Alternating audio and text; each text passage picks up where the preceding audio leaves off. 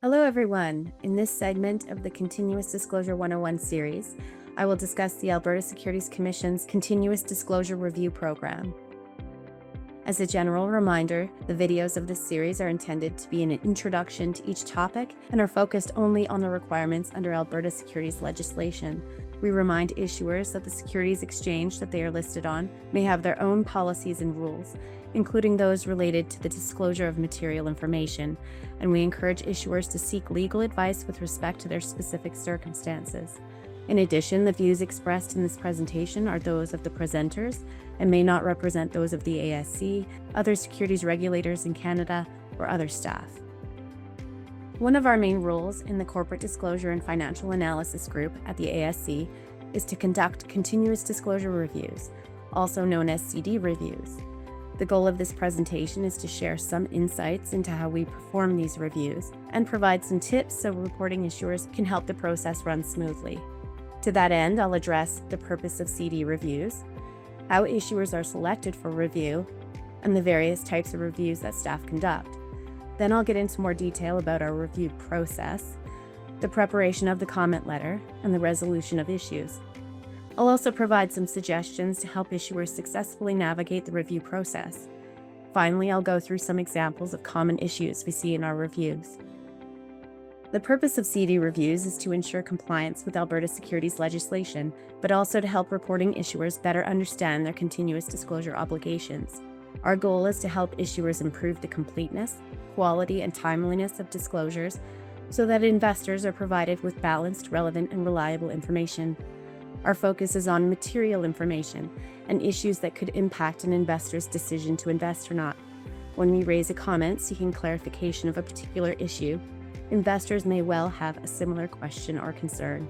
It's worth noting that CD reviews are conducted under Section 60.2 of the Securities Act, Alberta. If you're watching this video, you may have received a letter from us indicating that your company has been selected for a review, and you may be wondering why your company was selected and how our team generally chooses which reporting issuers to look at. Well, there are a few reasons why a reporting issuer may be selected for a review. The first is that an issuer files a document with us that triggers a review, such as a notice of intention to be short-form eligible or a cease trade order revocation application. We also use risk methodologies, screening processes, referrals from other departments, and complaints from the public to help us identify issuers with a higher risk of deficient disclosure. As a result, a reporting issuer may be selected for a review following a change in business, a noticeable change in their financial results, the identification of a material development, such as the resignation of executives or directors, a significant change in market cap, or the identification of disclosure that is generally lacking or non-compliant. Reporting issuers are also sometimes chosen for review based on random sampling. There are two types of reviews that we complete. They differ in scope and depth. A full CD review involves a comprehensive review of an issuer's continuous disclosure and will focus on areas of risk particular to that issuer. In a full CD review, the analyst will read through an issuer's latest annual and interim financial statements and related management discussion and analysis, or MD&As, their annual information form, or AIF, if the issuer has one, and their information circular. Staff will also review material change reports, news releases, and any other filings made in the last year. If any business acquisition reports or technical reports are filed, the analyst and technical experts will review those as well. Our review also scopes in voluntary disclosures, such as corporate presentations filed on an issuer's website and public disclosures made on social media. In a full CD review, staff usually focus on an issuer's recent disclosure record, but we may go further back if we determine that this is necessary to understand how the business has developed. The second type of review that we perform is an issue-oriented review. This type of review is focused on a specific issue or document that has been filed. These reviews can be related to a specific issuer and a particular problem we see with their disclosure, or connected to a disclosure matter that the ASC or the CSA is generally concerned about with regards to the broader base of our issuers.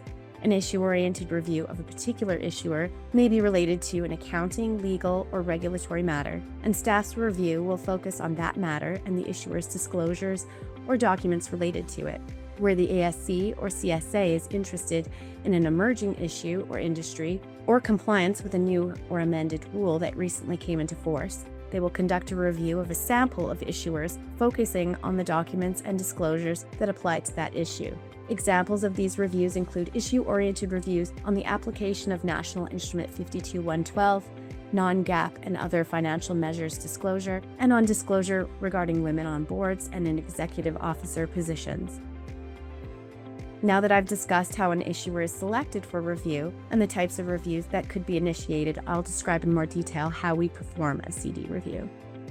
Generally, analysts begin a full CD review by performing a high-level read of the issuer's documents to gain a broad understanding of the issuer and their business. We'll identify who is involved with the issuer, including the executive officers and directors, promoters, auditors, any experts the issuer relies upon, and any related parties. We'll determine what the issuer does and how they generate revenue, or what they plan to do to generate revenue in the future. In the case of issuers without significant revenue, we'll try to get a sense of the status of any research and development activities and planned next steps. We'll also determine how the business is financed, where it operates, and try to understand the associated risks. During this process, we'll make note of any potential issues or areas of risk that we see.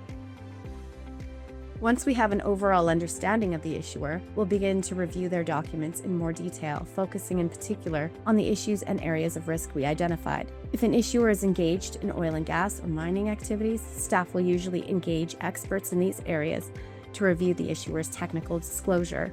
As we go deeper into an issuer's documents, staff will begin to compile a list of material issues and draft comments that will be included in a letter to the issuer. Once an analyst has completed their review of an issuer's documents and compiled a list of issues and/or comments, some additional steps may be taken to finalize comments. Staff might perform additional research regarding IFRS or securities law to determine if a comment is warranted. They might consult with other analysts or securities lawyers in our group, or with the Office of the Chief Accountant on major accounting or auditing issues. They might also engage other industry experts to gain an understanding in a particular area. Staff will also consider materiality before deciding to issue a particular comment. At this point, the analyst will finalize their initial comment letter. The comments raised will be unique to the issuer and their circumstances, and consider their particular size, complexity, industry, and risks. Comments are raised for various reasons, and not every comment will result in changes to the disclosure documents. Many of our comments are requests for more information that would be used to determine if something is material and/or help us to make a decision about whether additional disclosure is needed.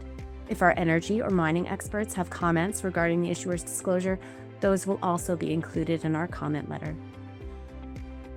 After the initial comment letter is issued, there is often some back and forth communication between staff and the issuer as we gain more understanding of the issues raised and work to resolve or clear our comments. Comments are resolved in a variety of ways. We typically request that an issuer make changes in its future disclosure when we conclude that a deficiency is not sufficiently serious or misleading to warrant a refiling of previously filed documents. In 2024, 79% of full CD reviews resulted in issuers being asked to make prospective changes like this. If a required document was not filed, staff will usually require it to be filed. If material deficiencies have been identified that require immediate correction, staff will require restatement and refiling of the applicable documents. In more serious cases, deficiencies may result in an issuer being noted in default of securities legislation or cease traded. Deficiencies may also be referred to the ASC's Enforcement Division for further investigation and action if staff believe this is warranted. In 2024, 11% of CD reviews resulted in issuers being noted in default or a referral being made to enforcement. Now I'll share some tips to help issuers successfully navigate the continuous disclosure review process. First, we recommend that as soon as you receive a letter from us indicating that your company has been selected for a review, you contact your legal counsel, auditor, and any other advisors that may help you write your response. This will help you identify areas of concern early in the process. Then, answer the questions staff have asked as completely as possible. Answer questions fully and include any material information that's necessary to understand your response. Also, provide references to IFRS and/or securities law where relevant, and supporting documentation as requested. Analysts endeavor to write comments in a clear and concise manner, and if they've broken their question into bullet points, they will be looking to receive a response to each point, so provide a response for each item. We usually ask for a response to our first comment letter to be provided within 10 business days, and any subsequent letters within 5 business days, as we expect there to be fewer issues requiring a response. However, when a request is made in advance of the due date, we can provide extensions if they are reasonable. If you find that an extension is needed, please contact the analyst as soon as possible, explain why an extension is necessary, and indicate when you can expect to respond to our letter. Staff will do their best to accommodate reasonable requests. Lastly, if a question isn't clear, you are unsure about the process, or you require some guidance as to what to include in your response, staff would be more than happy to answer any questions or concerns by email or over the phone. Staff are here to help facilitate the process, and we want to make it as productive as possible. In this next section, I'll take you through some common areas where staff see deficiencies. You can also find more information about these and other current review findings in our annual corporate finance disclosure reports provided on the ASC's website.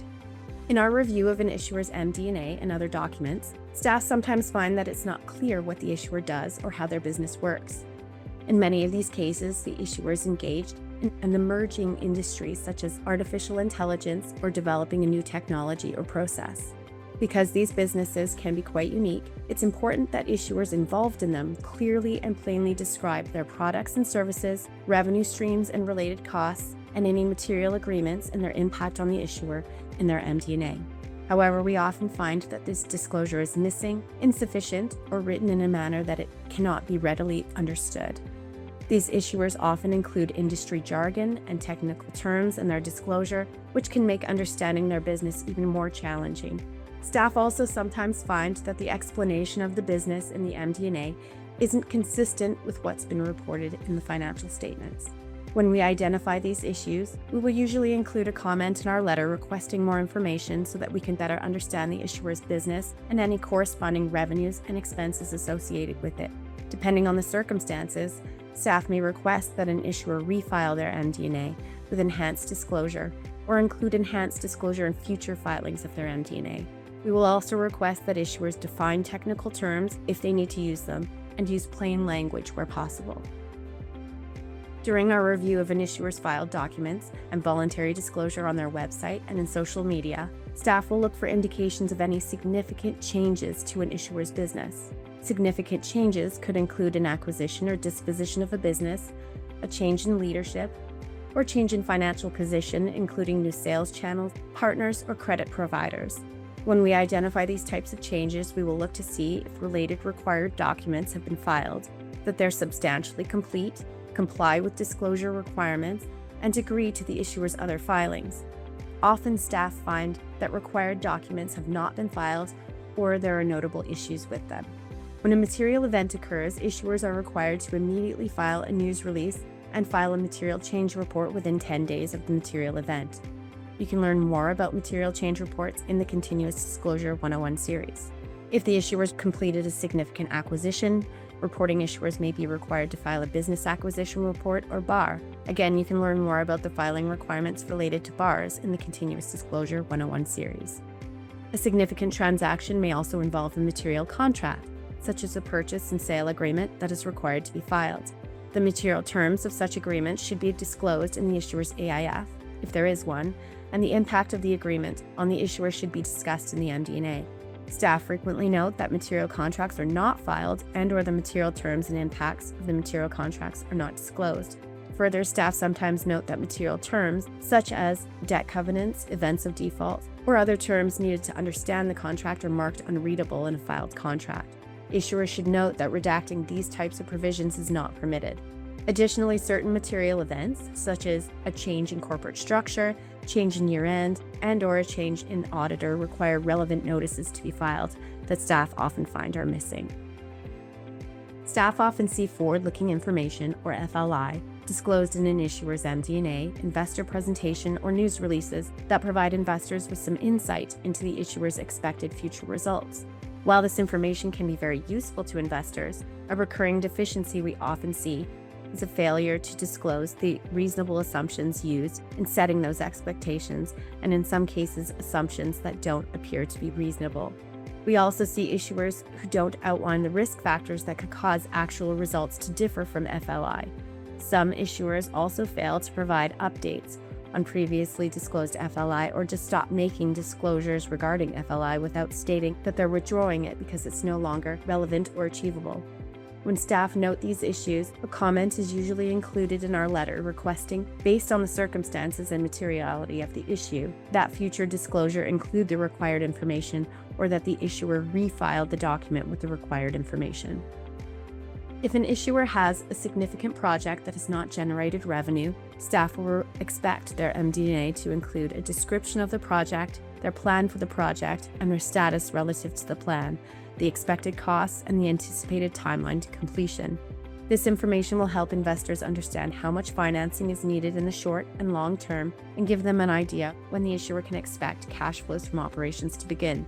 In some instances, we've seen issuers only state that there is a project and provide few details about timing and cost. If we see that the MD&A disclosure is insufficient, staff will include a comment in our letter asking for details regarding the project timing and cost. Conversely, sometimes we note that issuers appear to be overly optimistic in their disclosure regarding the expected timing and cost to complete a project, given an issuer's current circumstances. As much as management wants to be positive about a project, it's important to provide balanced disclosure to ensure that information is not misleading to investors. If staff believe that disclosures regarding the expected timing and cost of a project are potentially overly promotional or misleading, a comment will likely be raised asking the issuer to either provide documentation supporting the statements or to remove the disclosure. Staff's review of an issuer's financial statements may reveal potential concerns about an issuer's ability to meet current obligations, maintain debt covenants, or obtain new sources of financing. In these circumstances, staff will expect to see a going concern note in the financial statements and a clear description of the issuer's financial condition in the liquidity section of the MD&A. This disclosure should include an analysis of the issuer's ability to generate cash in the short term to meet requirements and a description of any significant risks of default on financial instruments. Staff sometimes note that disclosure of the going concern issue and the issuer's financial condition is inadequate.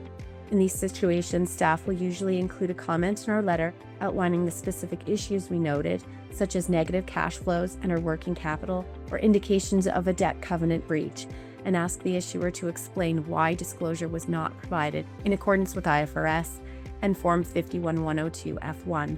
We may also request that an issuer provide staff with an analysis of their financial condition and/or provide loan agreements or other relevant contracts so we can get further clarification of financial covenants or matters that could impact cash flow.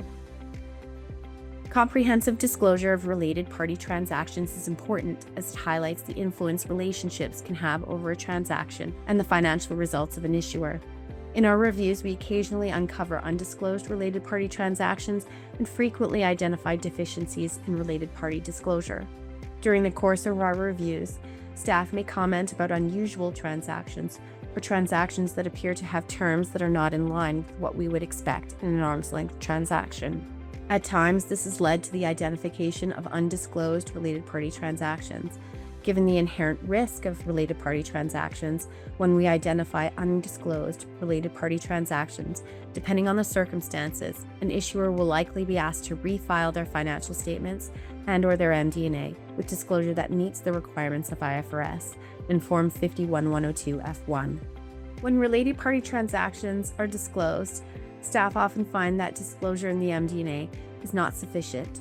It should be noted that Form 51102F1 requires more disclosure about related party transactions than is required in the financial statements under IFRS. Most frequently, staff note that issuers fail to identify the related party and the relationship to the issuer, the business purpose and economic substance of a related party transaction, the measurement basis used, and any ongoing commitments resulting from the transaction. Other issues that staff often note in reviews involve disclosure of non-GAAP measures that don't comply with the requirements of National Instrument 52.112, non-GAAP and other financial measures disclosure, risk disclosure that is boilerplate and doesn't address entity-specific concerns or includes excessive caveats, missing audit committee, corporate governance, and/or executive compensation disclosures, problems with audit committee composition, and certificates that are in the wrong form or that don't adequately certify an issuer's documents, or missing MD&A disclosure regarding conclusions on disclosure controls and procedures and internal control over financial reporting. You can learn more about certification requirements under National Instrument 52109 in the Continuous Disclosure 101 series. If you're interested in obtaining more information about the common issues we see in our reviews, please see our annual corporate finance disclosure reports provided on asc.ca. That wraps up our overview of our Continuous Disclosure Review program, which is part of the Continuous Disclosure 101 series. You can find more videos on the ASC website.